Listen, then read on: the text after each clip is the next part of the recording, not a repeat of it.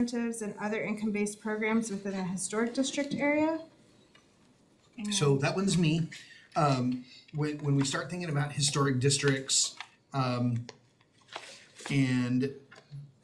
different provisions that may focus on housing, our first call is to Lisa Craig to say, hey, in the field of community development block grants, what tools might be available in our toolbox of federal funding for our historic neighborhoods?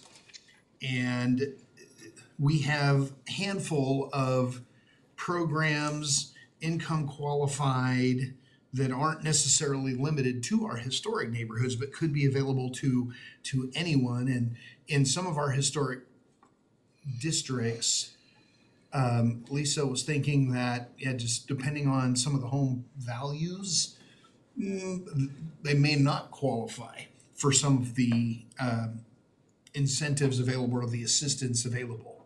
And what occurred to me after we had put the agenda together, and my thought was, where would we have funding to develop an incentive program in our historic districts? It's actually item number 2. When we start talking about tax increment financing districts, and council has tasked one of those districts as East Main. And right now our current Center City TIF pretty much follows James Garner, and now we recognize the development that is about to take place, including a new hotel and the need for parking infrastructure where tax increment financing would serve as a wonderful backstop from the bond market's perspective to say, we'll finance your parking structure and whatever you're unable to generate in parking fees, yes, you could use TIF increment to make the difference. A thing that would be possible in our historic districts, and I thought, yes, I know I'm going to come in here to see Catherine, and that'll be great. When we start thinking about those East Main historic neighborhoods, the ability to have, and I'll get them wrong, one of them's the district in which increment is collected, and a different polygon could be the district, the project area that they don't need to match perfectly. So you could collect increment in East Main and pick up new hotel construction and new commercial development all the way down to 12th Avenue, where there's a line, whether it's one big giant tax increment district to include Griffin, or Griffin's all by itself. But the ability to say, of that tax increment revenue stream, council could establish a historic district preservation grant program and fund it with X. Pick a number. There's not a right or wrong number. And you could do it in a couple of different ways. And I'll let Catherine just hit me in the head if I'm not accurate in this. From that, grants could be provided, or revolving loans could be made, so it becomes its own self-sustaining revolving loan program, initially funded with TIF revenue, and then long after the TIF is paid for and done, that revolving loan program could last decades into the future. So it always comes down to what would be a revenue source from which incentives in the historic district could be provided. And we're scratching our heads thinking CDBG may not be the answer, but your East Main TIF could absolutely be the answer to that. And generically speaking, if you had a revolving loan fund with $1 million in it, you could solve all kinds of interesting problems and put together very specific parameters within the revolving loan program of what kind of issues you'd like to tackle. And I would just say we only have 3 historic districts. It's Miller, Chautauqua, and Southridge. And just for some clarity, it's basically, I think what we see is a trend where you're not getting families in single family anymore. You're starting to get football houses, Airbnbs, and the neighborhoods don't have that stakeholder investment, of a long-term resident. And I'll just say there are other factors at play that I don't know that a grant will help with, because you can't make people live single-family lifestyles. And we see the trend that's not happening, but for the most part, the historic districts would prefer neighbors, families if they can get them, but people who are invested in staying in the neighborhood and creating community. So that was the request for this particular item on the agenda. A type of loan that could come from a revolving fund, and this actually is a function of community development block grant money, is first-time homebuyer assistance. And that can be set up as a grant, and if you stay in the house X years, your silent second on your down payment assistance disappears. Or it could be it gets paid back over the life of your mortgage. That's a usual and customary community development block grant function. But if you had a different revenue source, you could put together similar parameters and say, we're gonna provide first-time homebuyer assistance for owner-occupied residents, and now and say it's in these historic districts specifically to use, and that could be the difference between being able to own a home and only being able to afford to rent. So you could qualify as low as 30% of area median income in the community development block grant parameters. And council could say, for ours, we want you to be successful, so we would say 50% of area median income up to 120% of area median income may qualify for first-time homebuyers assistance out of a revolving loan fund financed with TIF revenues as the initial funding source. So I think it's achievable. It's just the funding source to put the money in the pot to start, but we could bring you those parameters. And if the goal is how do we incentivize owner occupancy in our historic districts, first-time homebuyer for owner-occupied dwellings could be that mechanism. Okay. And then I guess we'll just, Brandon, or Councilmember Nofile. Just for my clarification, whenever you say area median income, are you talking about the city of Norman as a whole or the areas that we are incentivizing? I think it is the area median income of Norman. Okay. I don't know if you would be limited to that. It depends on where they're getting the data, but a lot of times at the census level, it's county by county, you'll see. So we'd have to look at that to be sure, but it may be county median income. If the concept seems like it might generate the results you're looking for, those programs exist all over the country. It's easy to grab a hold of that kind of policy language and what those loan programs look like.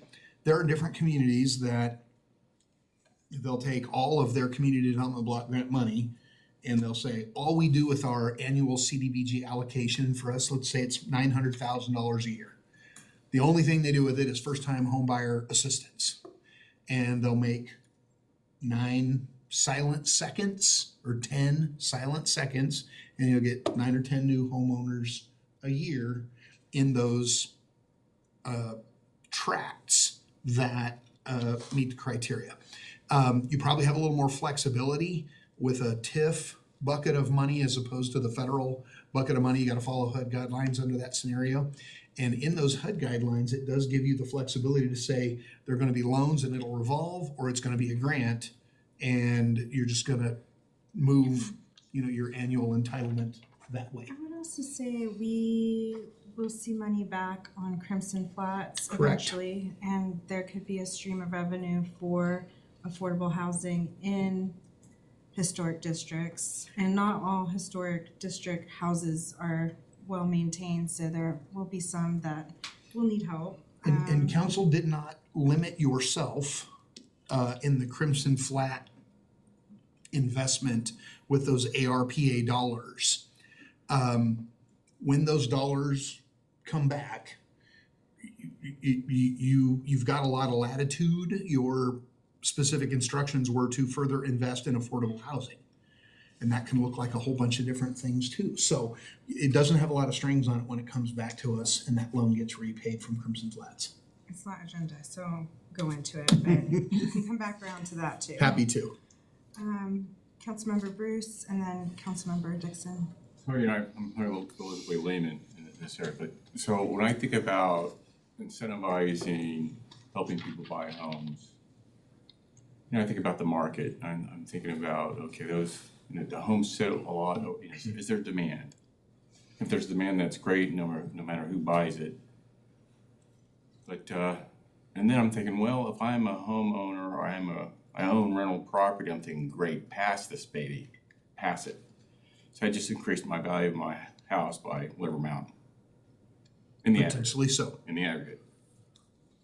It makes more buyers potentially available. Like sellers, like, I want to sell this baby because it just popped up 14,000 or 15,000 or whatever. Very possible. Councilmember Dixon? Just for my clarification, is the area Old Silk Stocking First Courthouse where the CBDG funds are available plus the historic districts? No, Just this? just that for right Okay. now. Yes. But if you use TIF as the funding mechanism, you could pick what neighborhoods would be eligible Yeah, potentially. it's not, Gotcha. Thank you. limited to HUD census tract. If there are no other questions, I'll move to item 2, which is continued discussion of the city process when creating a tax increment finance district, and recognize City Attorney Catherine Walker. Well, I just have one back on CBD. Yes. There was a meeting a couple of weeks ago about the subject. It was preliminary what to invest in and how to invest. There were other things that were talked about during that meeting that were good things to think about investing in besides help with down payment. And we will take this opportunity to provide the council, and it's just, we got a lot of new faces, and we don't necessarily revamp our CDBG program annually. So historically, we've invested in these items. But what we'll do is I'll have Lisa prepare for council, like all of the eligible things you can choose to do with CDBG dollars.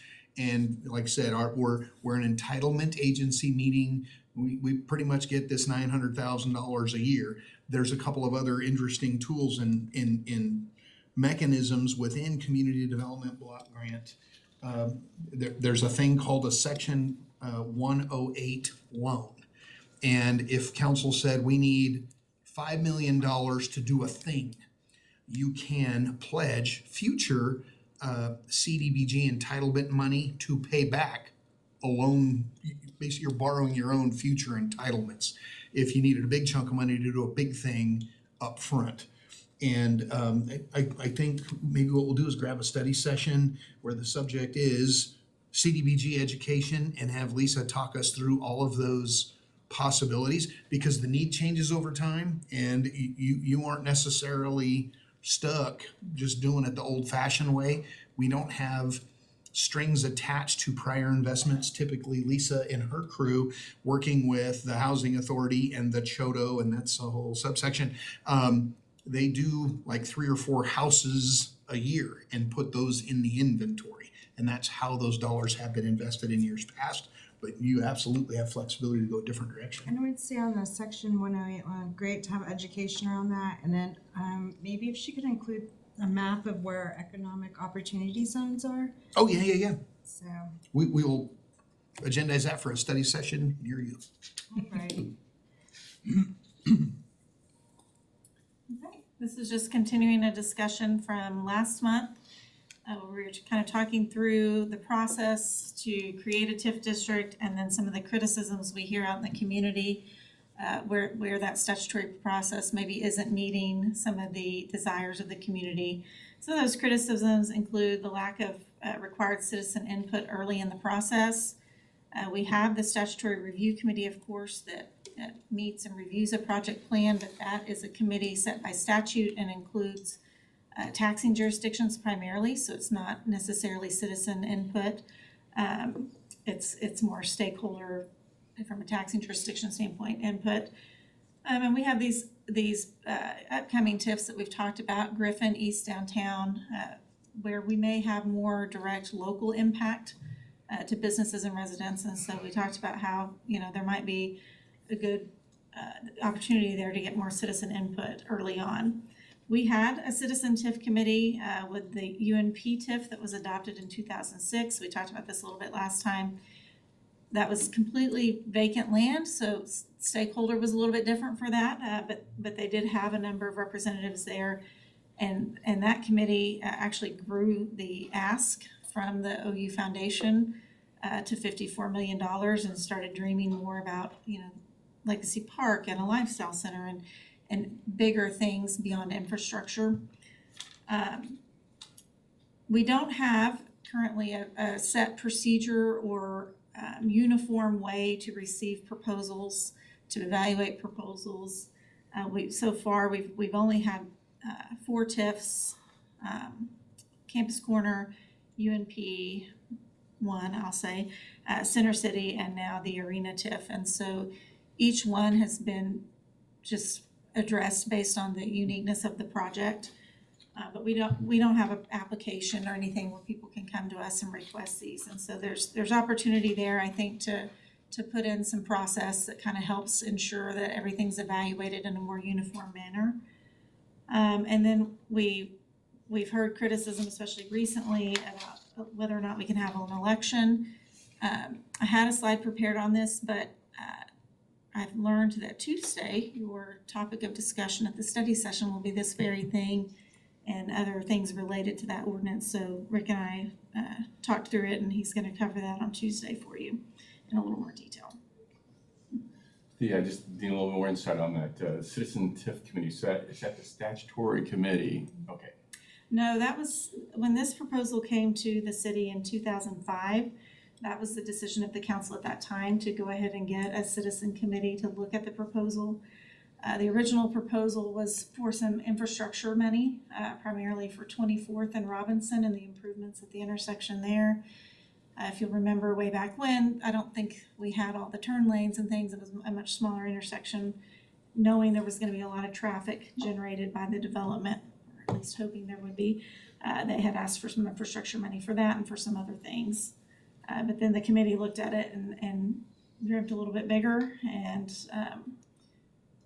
that's where the conference center idea came from, Legacy Park, and a number of other components of that project plan. So I just want to understand. So there's a separate statutory required committee, the Oklahoma law, Right. And this is in addition to that. That was in addition to that, Okay. and we've not done that on the other TIFs.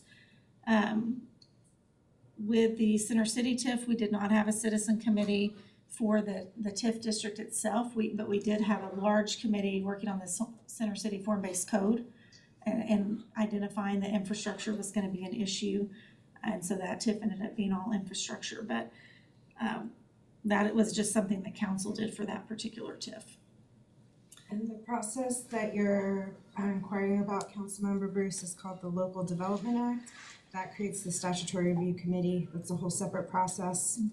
And we're hoping to adopt something before that. So We have the option to put other stuff on it. Other stuff we're going to add to it. Yeah, as long as we're not inconsistent with the act, we can add additional review, additional input opportunities to address some of the concerns. So looking at a framework for our process, this is what I just said, we can implement a process for a TIF district creation that's not inconsistent with the Local Development Act or other state law provisions.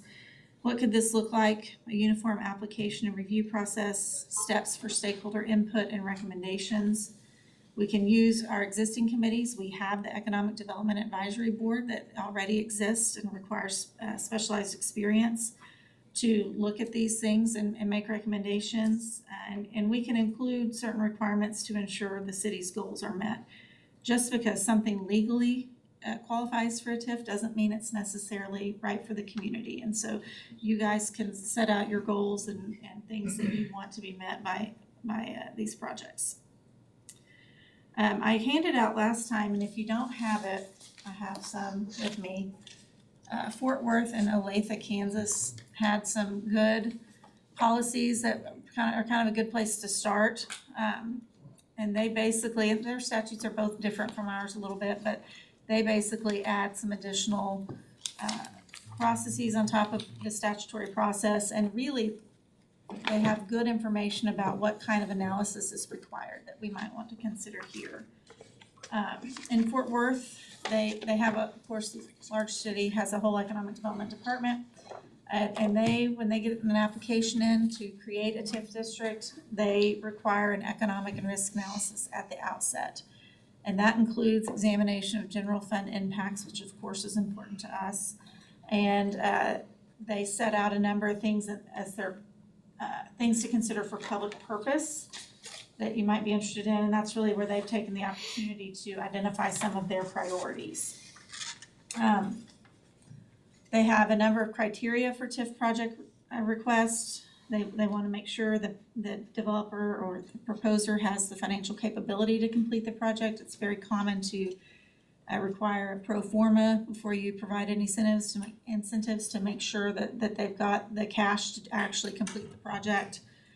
Market feasibility study, cost benefit analysis, a demonstrated clear financial gap, so there's a need for financing or the project won't happen, and that's really that but-for argument that we see a lot. Demonstrated commitment to quality of the development, quality of the project area, and completing the project. And then they have some unique aspects that really reflect their priorities. They have a small, what they call their small business firms, and this is what's in the policy. It's really just a list of small business enterprises in Fort Worth, and they want a percentage of the project to be dedicated to purchases from those small businesses to support the businesses in Fort Worth. That percentage, they have a general percentage for city contracts for these. I think there's some flexibility because maybe you don't have a small business that can provide everything that they're trying to contract for, but that was interesting. They have some affordable housing policies in there that are interesting. If a project is proposing some residential uses, so that might be something to consider. Aletha starts with a policy statement that does a really good job of expressing their priorities. That includes a preference for ad valorem and not sales tax, which I know we all feel that one a lot because of our flat sales tax. It gives them flexibility if the right project comes along, but they do express that preference. They have policy guidelines that focus on that but-for argument, but for this TIF assistance, this project couldn't happen. They have a minimum debt coverage requirement that you have to meet if you're wanting financing, if we're issuing bonds to provide assistance. They have a general goal of a 10-year payoff, which I thought was interesting. Our statute allows us to go 25 years, and of course, if it's a large project, that's probably needed. But that they allow it to be longer if it's a project of community-wide significance. Any application for TIF assistance, you have to provide proof of your financial ability to complete or operate the project, adequate assurance that the project will be completed, which could include either you're putting in at least 50%, I think was the number, of the financing, or you post a performance bond so that the city has some assurance that that's going to get completed. And they have preferences for types of projects in there that were interesting, preferences for certain kind of redevelopments, things like that. And so these are just good examples, I think, of ways we could craft a policy that gets us more information, gets council more things to evaluate, and gets you more input from other groups along the way. You can't delegate your authority to approve a TIF away to any other group, but you can get those recommendations and rely on those committees that we have already to look at these applications. So I really just wanted to kick off the discussion with that and kind of get some feedback. My thinking is, as we get feedback, I know Councilmember Grant has committed to keeping this on the agenda until we get it done. And so I'd like to get your feedback and start drafting something, ordinance or resolution, to bring back to you to review. And then once we kind of get settled with that, we would take it to council and get feedback from the full council, and then take it to a vote, assuming there's consensus to move forward. I was gonna say, the things that I liked from these two ordinances is definitely the 10% of any TIF that includes housing must be affordable. There was also that no entity there can be no lawsuits or pending litigation or risk of a lawsuit from anybody who's applying. And then we talked about cannibalization and coming up with a way to limit that. Yeah, and that could look just like what we did in UNP, and that was a pain for finance, but it was worthwhile, I think, to do.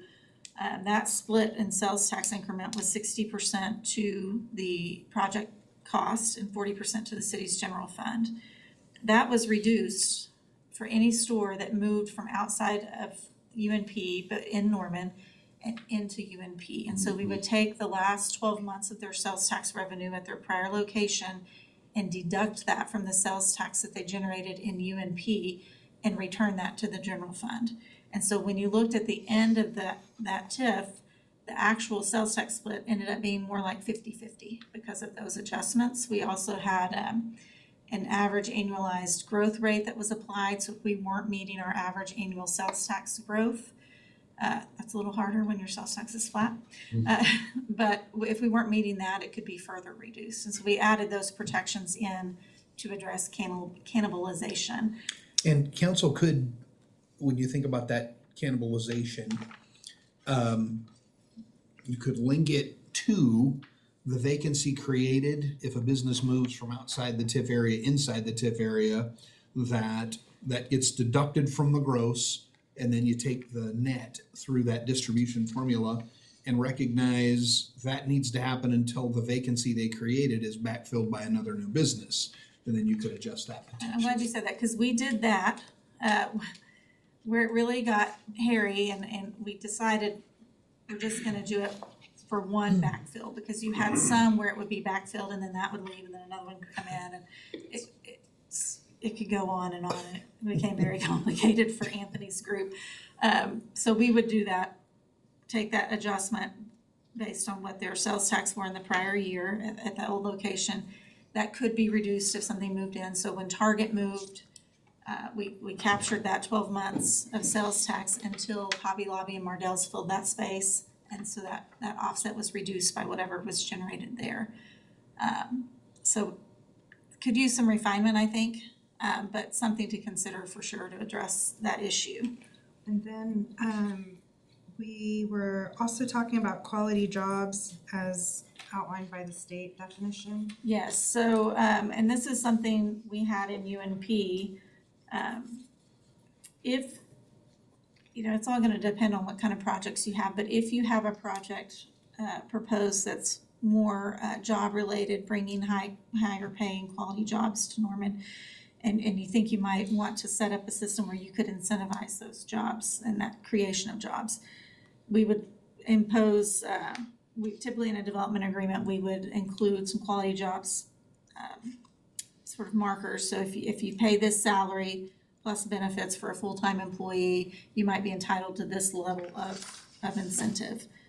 With Emmy, we did that. And we do, kind of an interesting thought, for a company wishing to participate, they have to share with us their payroll data.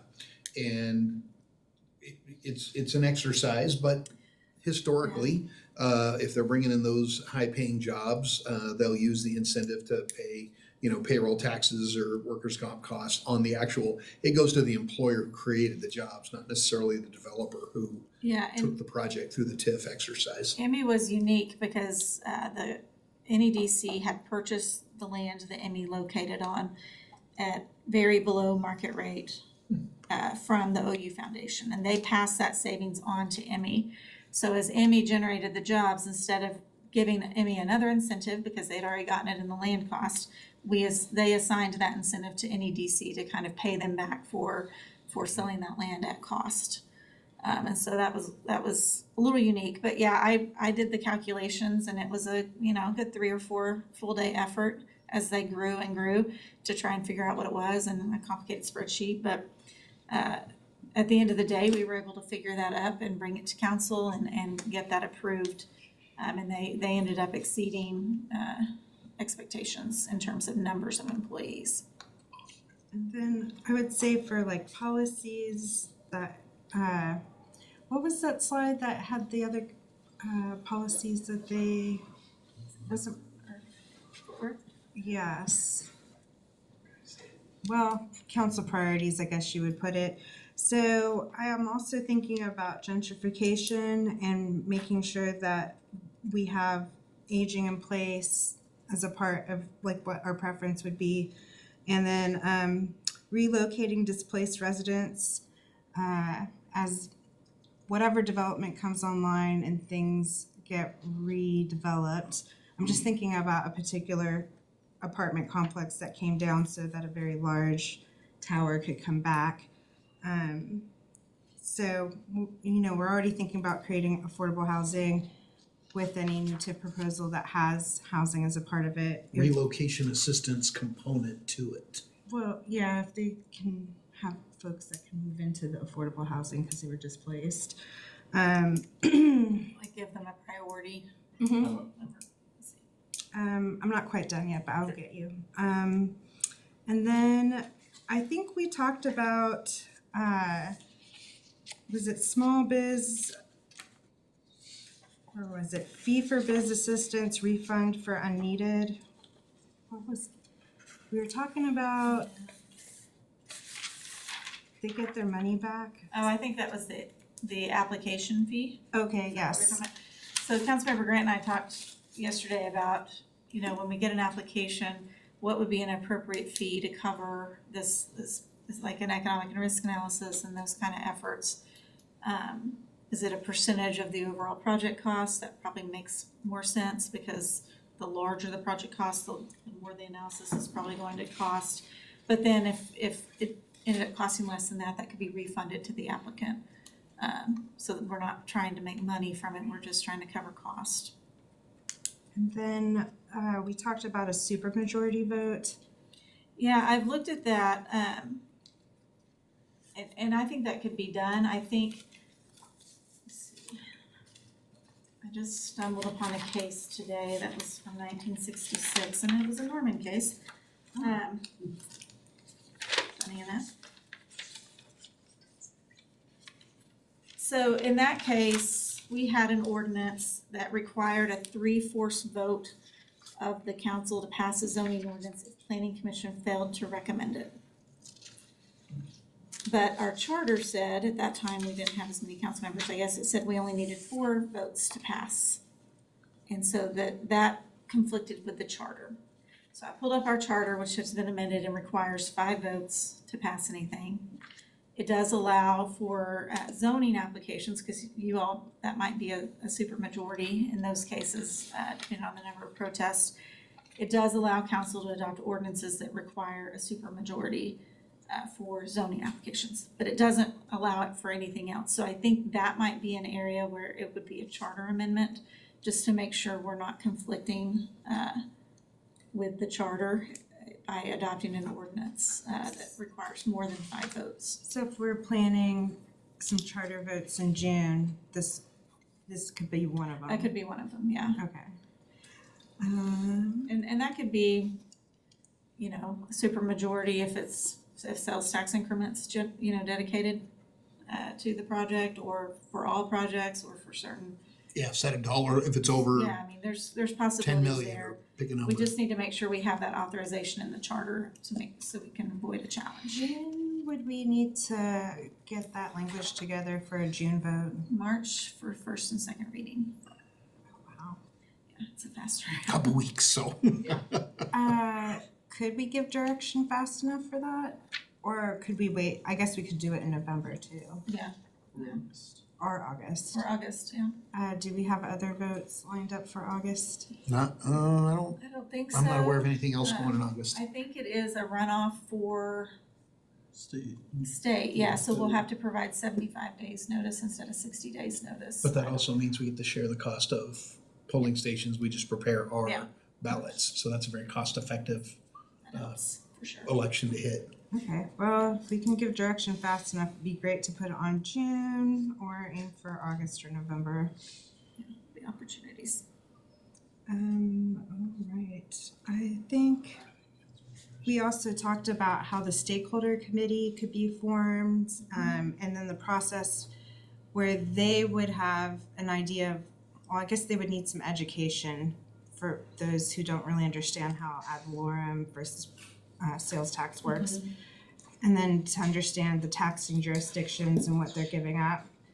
And then we could talk about the list of projects that they would want in their area. I'm just gonna use East Downtown. There was a lot of talk about alleys, parking, crosswalks, lighting, plantings.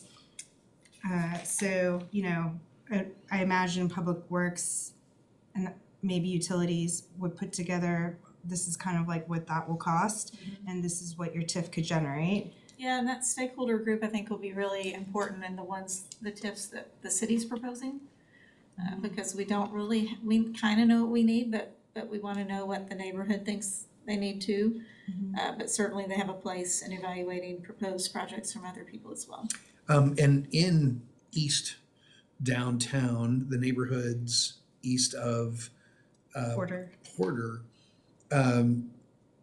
Like neighborhood preservation, just to make sure they don't, you know, Lisa Craig she's Well, really keyed in on what that opportunity might look like and what I could say infrastructure might be invested. also creating housing in East Downtown, that I literally went to Downtowners, and TIF and housing and walkability, all of that is on their wish list.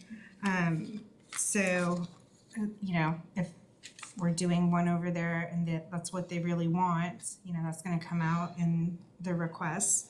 But then we talked about the process of like that stakeholder committee comes up with the list of projects and then it would go to EDAB for review. Yeah, and EDAB's the committee that we have some required qualifications for.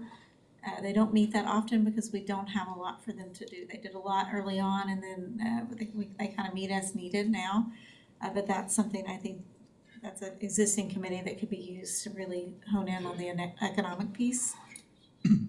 And then, of course, it would come to the statutory review committee and have to meet those requirements of the Local Development Act there. But kind of outlining the time frame, maybe 6 months from when we start to finish our ordinance process, and then maybe 3 months through the Local Development Act before we could recognize a TIF coming online. Yeah, I think it depends on the project. Some of them take longer than others, I think, but 6 to 9 months is probably a fair estimate to get through the whole process. And I think that time frame would still allow you to capture the incremental value between a parking lot and a hotel. So what we saw in Center City TIF didn't generate a whole bunch of money for a while, and then the Noun Hotel came online, and all of a sudden, Yeah, for ad valorem in Created, so. particular, they don't get assessed until the year after the project is completely constructed. And so if you get a proposal, you've got a little bit of time to go through this process, obviously before it would even be constructed and on the tax roll, so you aren't losing the ability to capture some of that ad valorem tax. and we would want to be efficient, recognizing council's prior direction and recognition of the urgency to get that parking established downtown as development pressure is building there's a lot of development in the queue. Everybody's waiting for a parking solution in both downtown and in Campus Corner. So we want to move efficiently, but we definitely don't want to get out too far in front of our council. All right. Okay, Councilmember Bruce. There's a lot. Probably 5 or 6 areas that, relatively slow, but one you didn't mention that I really think is critically important is the economic analysis. The analysis, a third party that's really specialized in that area to do that. Yeah. As a source of truth for execution or whether it's a good or bad decision. Yeah. But on the housing affordability, I don't even know what that is, what the definition of affordability is. And so I've seen some communities where, like if you go to Japan, you can go there and boxes that are 6 by 6, and they call that a dwelling. So devil's in the details in this, so how's affordable housing, how do you define that? I think that's up to council. It doesn't necessarily have to be The federal the definition. federal definition. We've talked about workforce housing before, and I'm not sure there's a set definition for that necessarily, but I think it really depends on what you guys are wanting to encourage to be built, where the needs are. I basically think it will be below market rate, essentially. Yeah. So 10% of it must be offered below market rate. Okay, Councilmember Dixon, Well, I just, or are you? there's a risk of no lawsuit. What does that mean? So I think, that's important work, I think. I think it was, or it was in Kansas.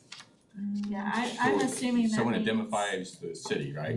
We identify you, there's no, I think in this case, we don't have outstanding lawsuits. We're not being sued by this developer who now wants money from the city.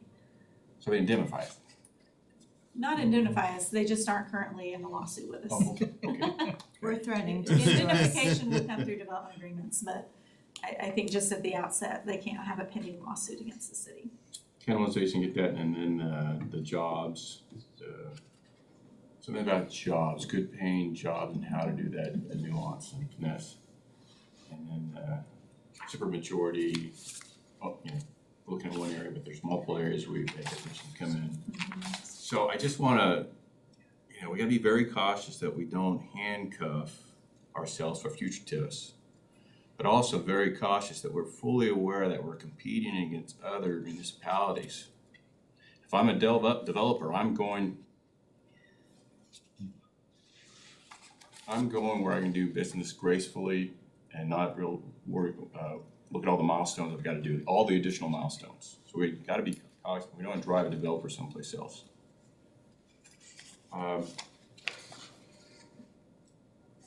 Yeah, the devils and details in each one of these and how to apply that, I just be very cautious of what we're doing here. Yeah, and that's really why I wanted to get feedback before drafting anything, is to try and figure out what you guys want to see in it, and then really, it's going to take some time to kind of hammer out those details, because it will be all about the details Yeah. of how those will work. I think approaching that supermajority is takes a little thought out. Now, I understand that's that statutory committee that reviews all this stuff, and so you have the taxing entities on that, and you have people from the council, mayor, I guess the mayor's on that. Yeah, it's typically the mayor, but it could be any council member. Yeah. Taxing authority, the mayor, then who else? Planning Commission Chair, you have a number from the taxing jurisdiction, so you have the Health Department, the county commissioners, the More Norman technology. More Norman Technology, Norman Public Schools, and Pioneer Library System. And so when they're on that committee, do they vote? Mhm. Okay, and they review all the information. I guess they just review some type of economic analysis to say if this is a good thing or not. Yeah. Right. Or not. But they review it, the analysis. So we really have a third party doing the analysis, economic analysis. Do we have? Not before that. Not before those. I want to say something else too, on the committee. In addition to those taxing jurisdictions, the mayors, or whoever the chair from the city is, submits names of 7 people to the committee at the first meeting, and they select 3 from that list of 7 to also serve on the committee. So if there's a retail component, one of those has to be representing the retail business. So it's not just taxing jurisdictions, but it is limited to 3 people beyond the taxing jurisdictions and representatives. The statutory, or the Local Development Act does require that the statutory review committee look at the impact of the TIF on ad valorem and sales tax. When you look at reports across the state, these are not, they're not always done by outside firms. And this last go round, we had a report from the Department of Commerce. We had a report from a group called the Hunden Partners, which the developer gave to us. And then staff went and sought out a firm to look at the impact of the general fund after reviewing those reports. But those two studies were used by the statutory TIF committee to come up with its recommendation and make its findings. So I'm sorry, I just hate, once again, I'm getting caught up. So I understand the ad valorem part, I understand the sales, but what I'm really thinking about when economic analysis and risk analysis, I'm thinking about a business case analysis, the probability, associated with, hey, you got a good chance of making this profitable. I mean, is anyone doing that now? That's not required for the project plan. The project plan really just sets the overall goals and objectives, the authorized project costs. You don't always know all of your projects and how they're gonna pencil out at that point. You have development agreements over the 25-year term of the TIF as developments come forward.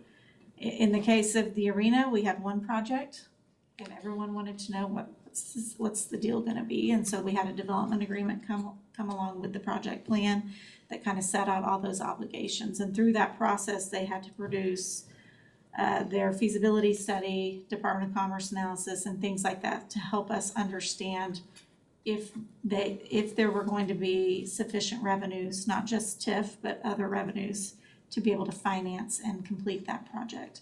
We also looked at the development beyond just the arena, even though that was our one project, because the development around it is all contributing to the ad valorem and sales tax increment. And so we had information about all of that to look at it. And so it's typical, you'll get a pro forma for a development to see do they have the cash? Do they have the financing in place to do their part?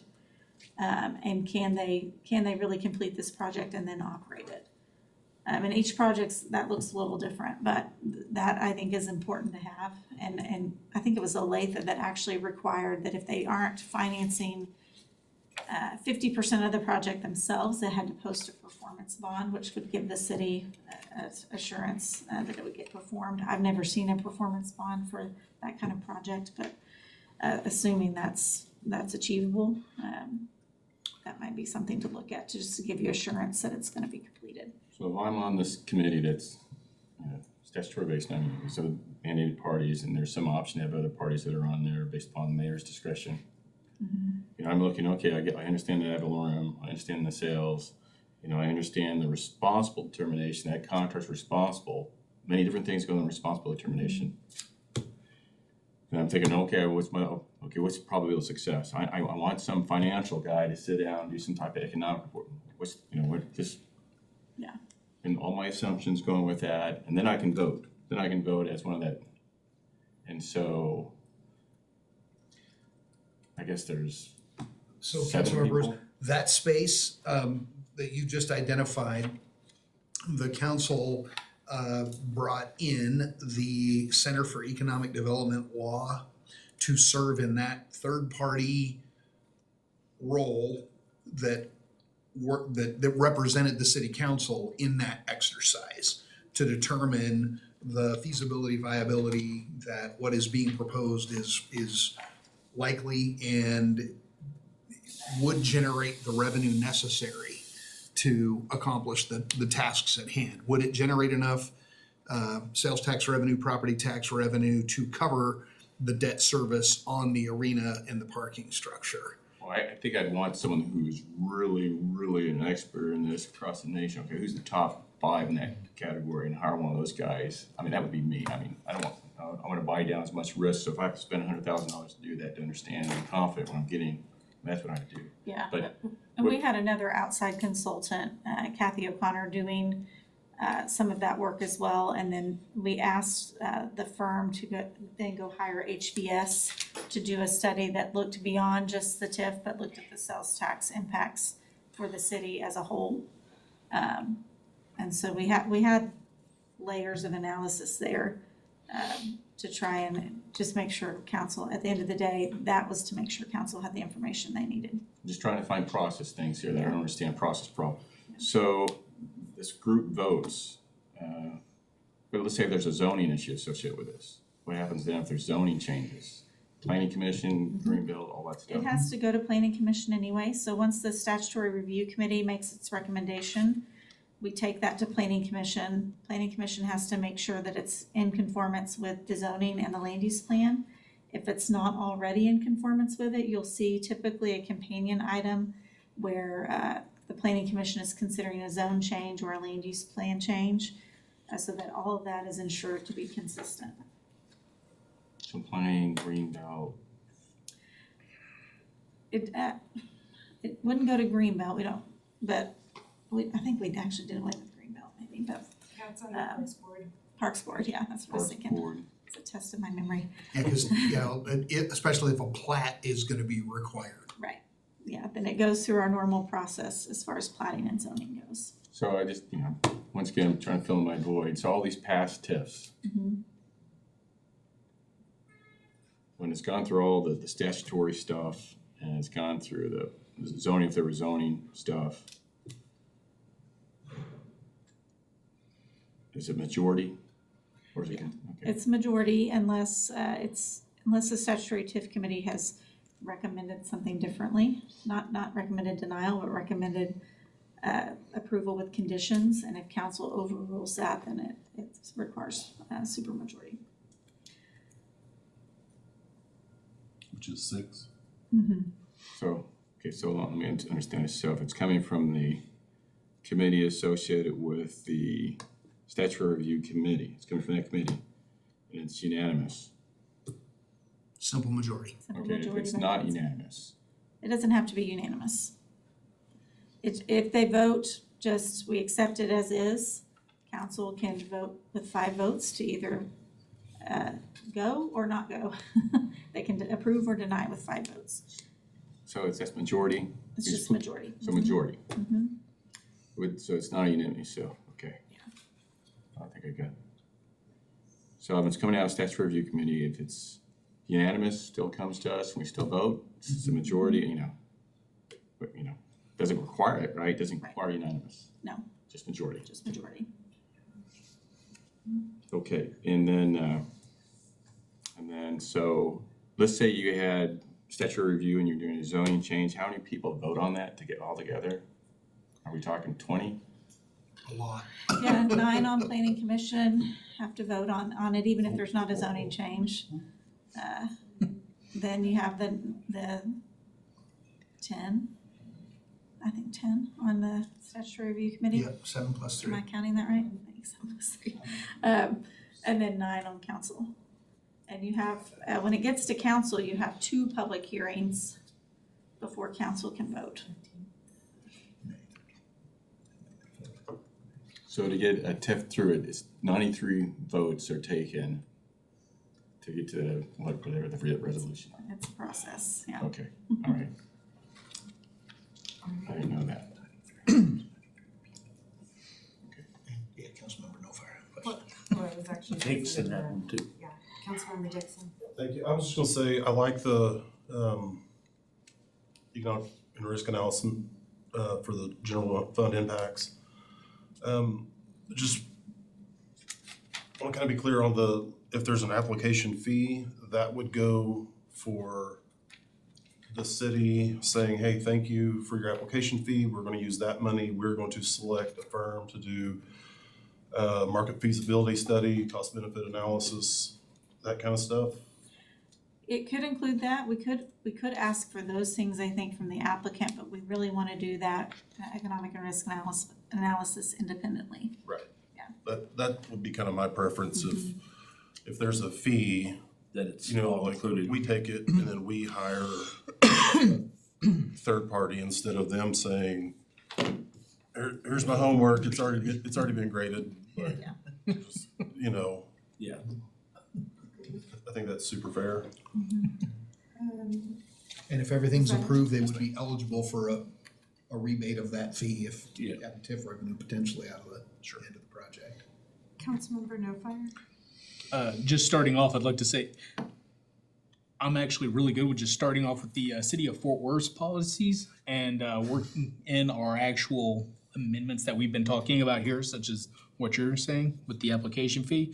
But then also, since we're creating guidelines for this entire process, I was wondering if there was a way, or if it was even feasible, to quantify the value what it would be to the city, such as say they want a beautification or TIF money for a beautification project, we would cap something like that at 25%. Or if they wanted it for infrastructure, like say something on Ed Noble Parkway, we want to revitalize that with the TIF.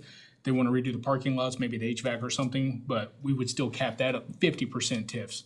That way, we don't get 100% TIFs and going towards beautification of an area or something of that nature. Yeah, so I think the percentage of sales tax increment and property tax increment really depends on the level of the ask. And so we'll look at that over, 25 years and if council wants to meet that ask, if it's 100 million and you want to meet that ask and it's going to take 20 years to pay it off, if we give 100% ad valorem and 10 years if it's 50%, I mean, we can work backwards to that number typically based on the amount of the ask. And Councilmember Novire, I want to make sure I understand it. You're not referencing 50% of the cost of the improvement. You're referencing 50% of the increment. Correct. Applicable to, okay, just want to make Correct, sure I was yeah. on that page. Like say they want to come in and just throwing numbers out just for the sake of argument, they want $10 million for beautification. Well, we're not going to do over 25% and Yeah. for the Yeah, actual yeah. tip for that area. Yeah, exactly.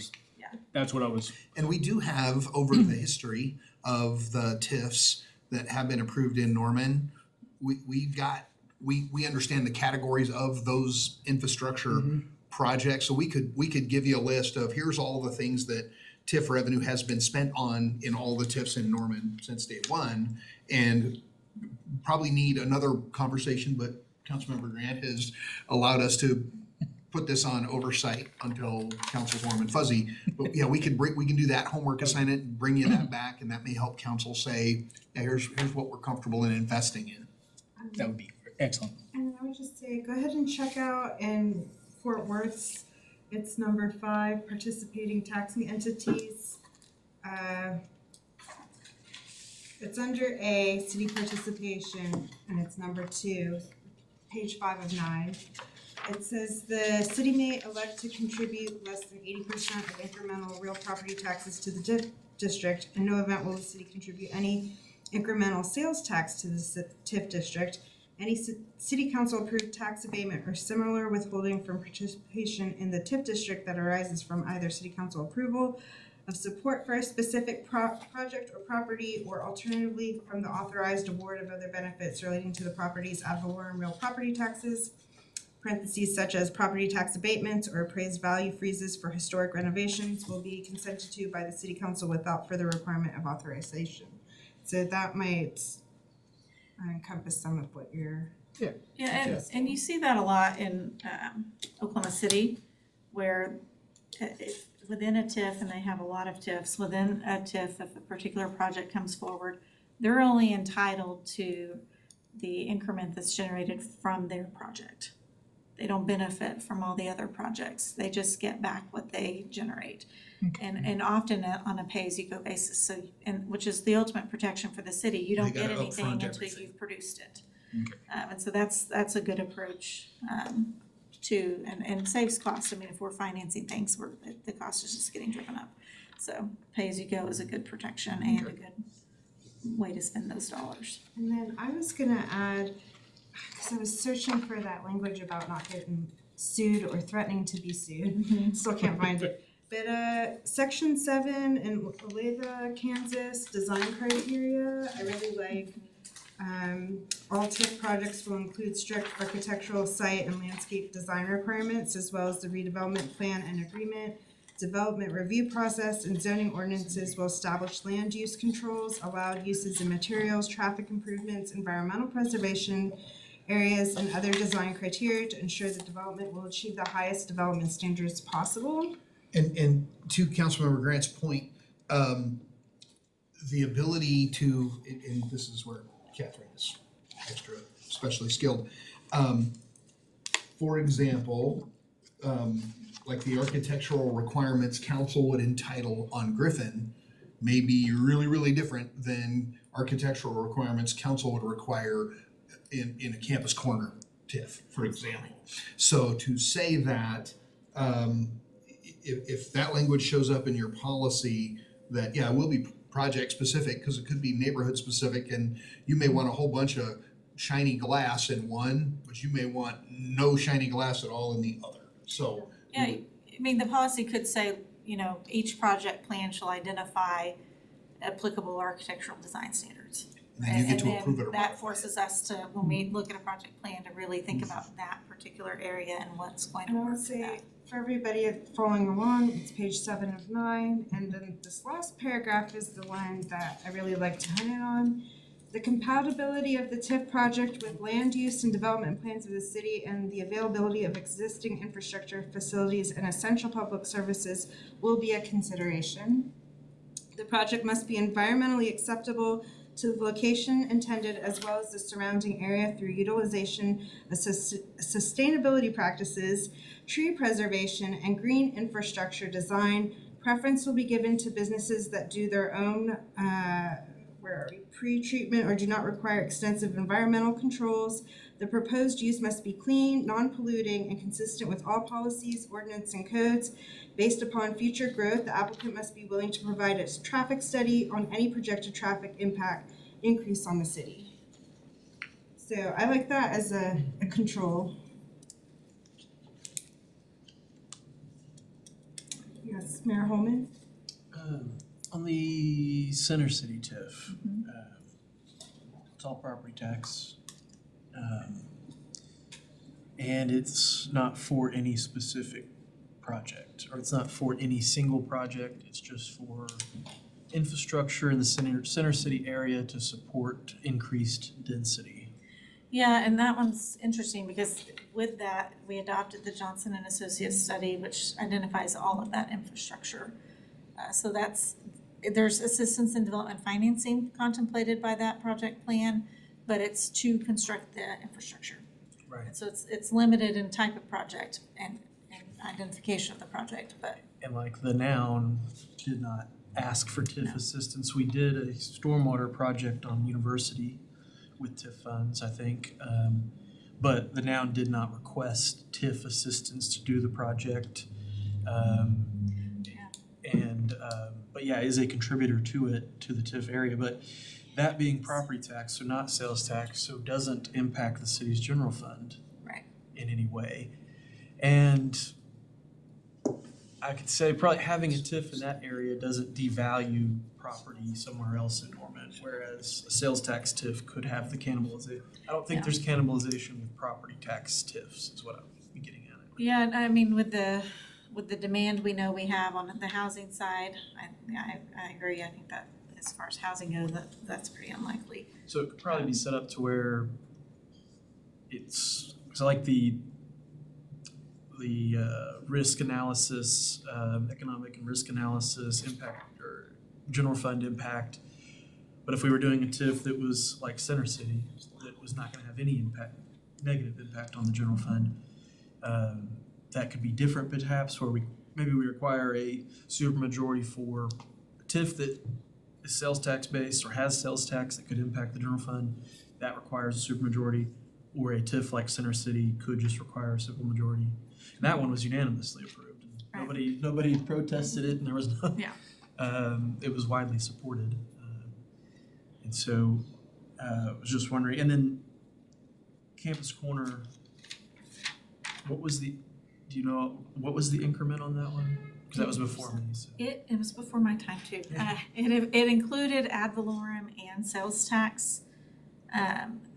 There was an issue. I think it was primarily in the end. It was more sales tax than what we anticipated because some inventory that was being taxed and that we were counting on, I think for Harold's or one of the stores in there, was moved off site, which caused the property tax to decrease. And so it ended up being funded more sales tax than we anticipated, but it was a joint. It was both. And that was just $1 or $2 million. It wasn't a huge. So it wasn't 100% commitment. Well, was the increment 50 or 100? I don't remember. I'd have to pull that out. And then UNP TIF was 50. Yeah. 50%. 50% on ad valorem. Yeah, So- 60% sales tax. 60% sales tax, 50% property tax. Okay. But yeah, I that one, yeah, being only 60% and had some issues at the end that we had to work through. But I do like being able to, I think Fort Worth does have a pretty good framework on how to do that. And, you know, Fort Worth's one of the fastest growing cities in the country. So they seem to be having economic development, their TIFs. I think they have 20 TIFs that's listed on their website, so Yeah, I think that's they've done it a lot. worth looking at. We also have an economic development department, which is something we're working on. So, yeah, and that's in their TIF ordinance. Councilmember Bruce? Yeah, just, does Oklahoma City or more, any of our competitors have structure beyond the state law? I don't think so, not for the creation. Some of them, some cities have policies and things that go into place once the TIF is adopted, but not this kind of structure. I will say though, you know, Oklahoma City has the Alliance for Economic Development, and they have their own division that focuses on economic development. So they have a lot of that in-house, whereas we have more of a limited staff for that kind of thing. The, how big is, what's the benchmark, Fort Worth, or the Austin one? Is this, Fort Worth. how big is Fort Worth compared to us? I think it's close to Oklahoma City's size. Oh, it's bigger, yeah. It's quite a bit bigger than we are. What is it, 5 million? Fort Worth has 1 million people almost, and it's just, it's city limits proper. Surpassed Austin. Yeah. I don't know what we're up to now, maybe 8 or 9 things, 10 things to look at. I'm at, it's a lot. It just keeps on coming, doesn't it, Bruce? Get your homework done. It's okay. The, Keep on going. I just want to go back to the statutory review in that committee. So whether it's majority or majority, it's a majority. Okay, they recommend the council. Correct. So, okay, and then they don't have to be unanimous. No. So if, okay,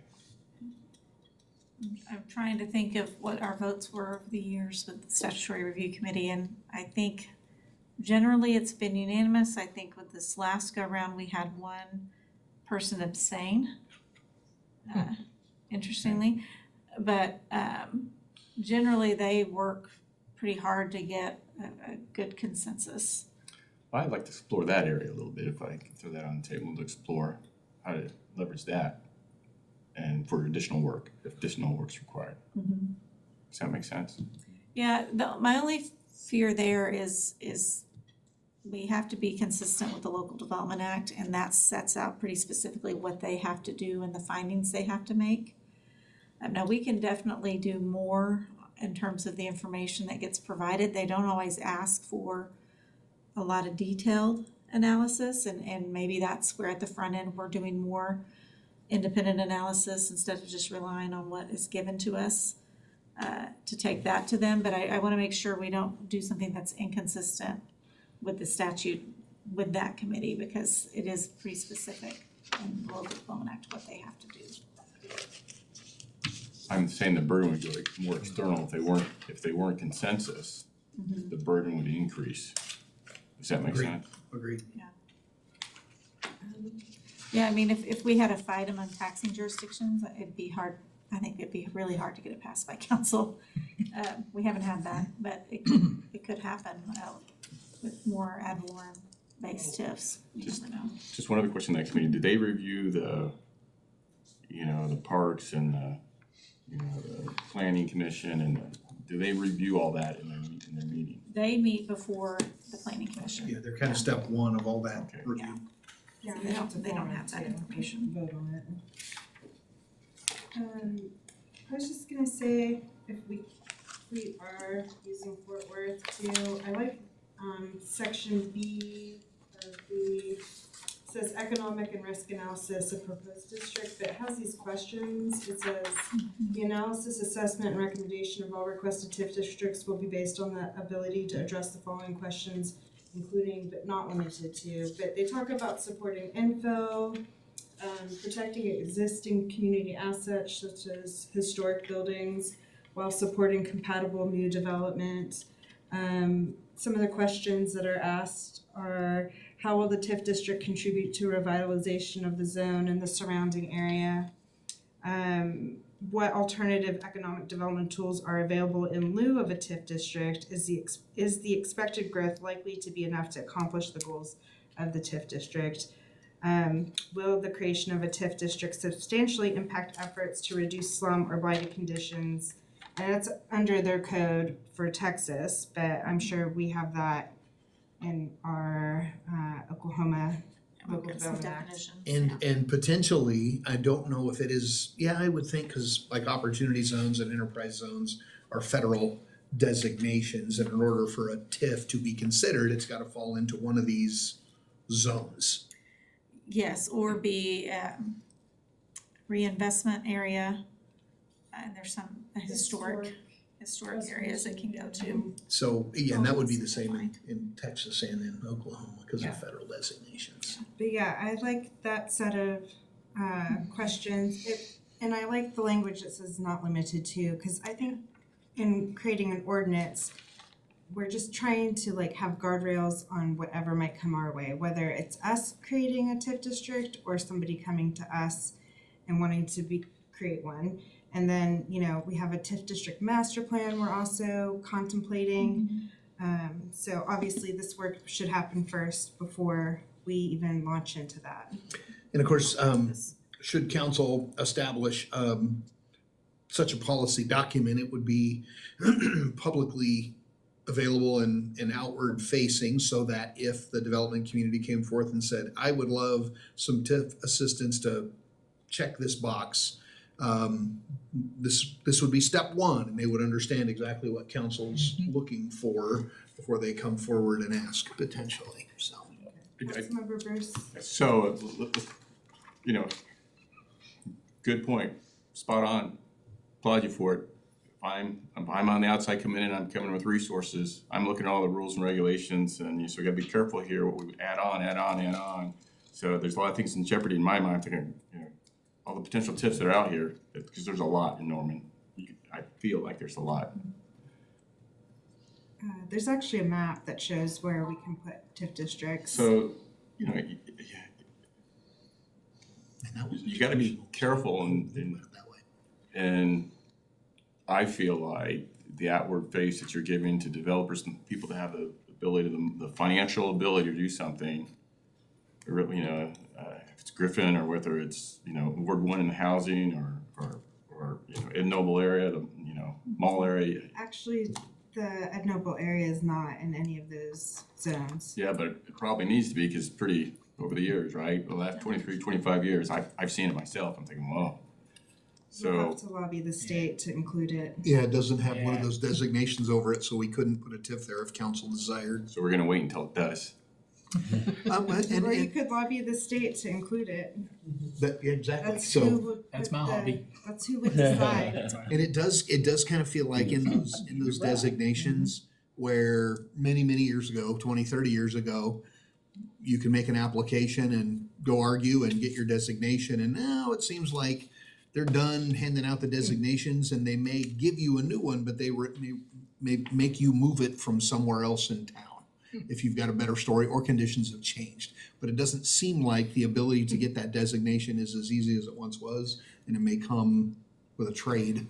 I was gonna ask too, do you remember what meeting I know this is like on the spot. Do you remember what meeting it was where we kind of went over this? Cause it would probably be good for a council member. It was it a committee or a study session? But yes, Catherine did develop a map, and that was kind of step one about in the TIF universe, what is possible? Well, it's only possible where the designations are. So here's the map where all the designations are.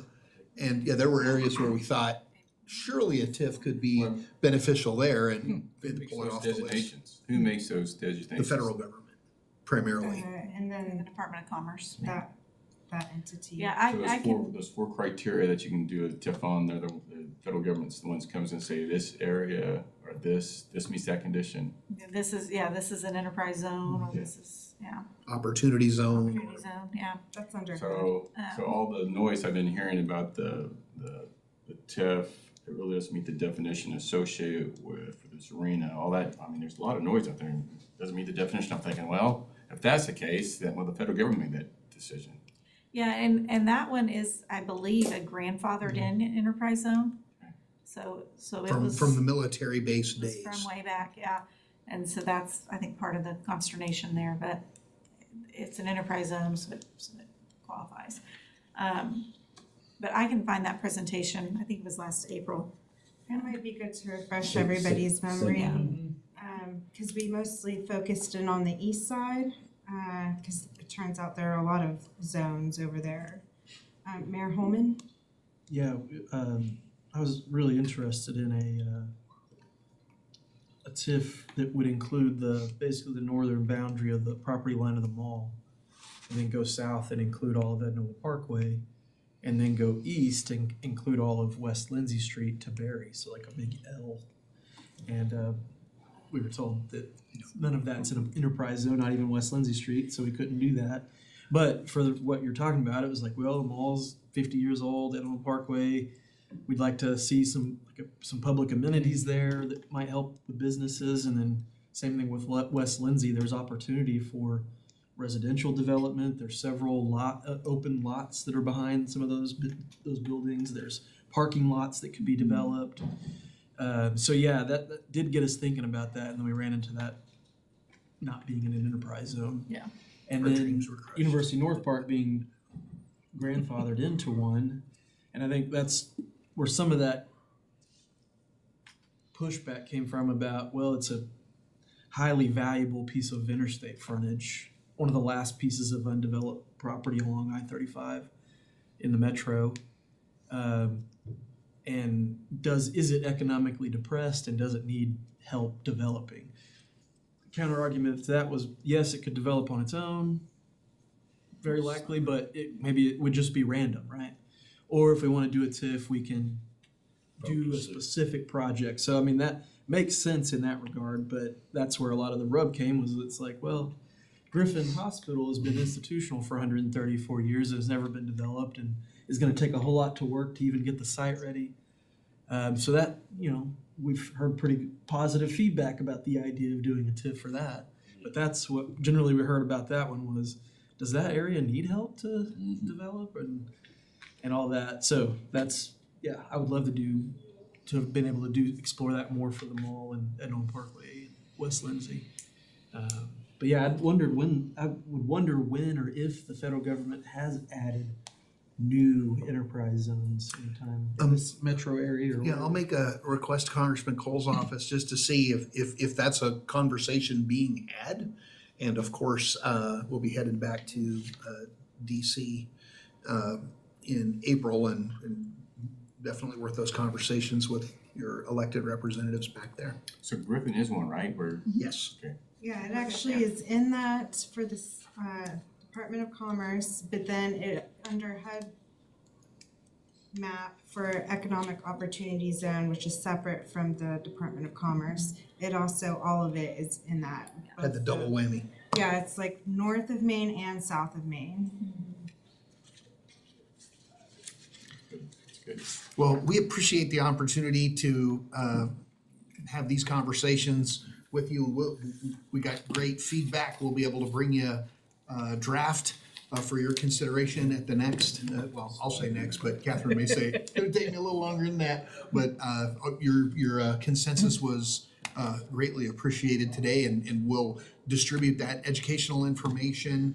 We will schedule with Lisa Craig the opportunity for a study session on all the CDBG programs and what you may consider. So What CBGBs. great value. do you mean by CBD? consensus? I'm not following that. So, yeah, no, we staff would say, based on today's conversation, we have enough direction to take another step and continue this conversation to the next Oversight Committee meeting. All right, I'm gonna call this meeting adjourned.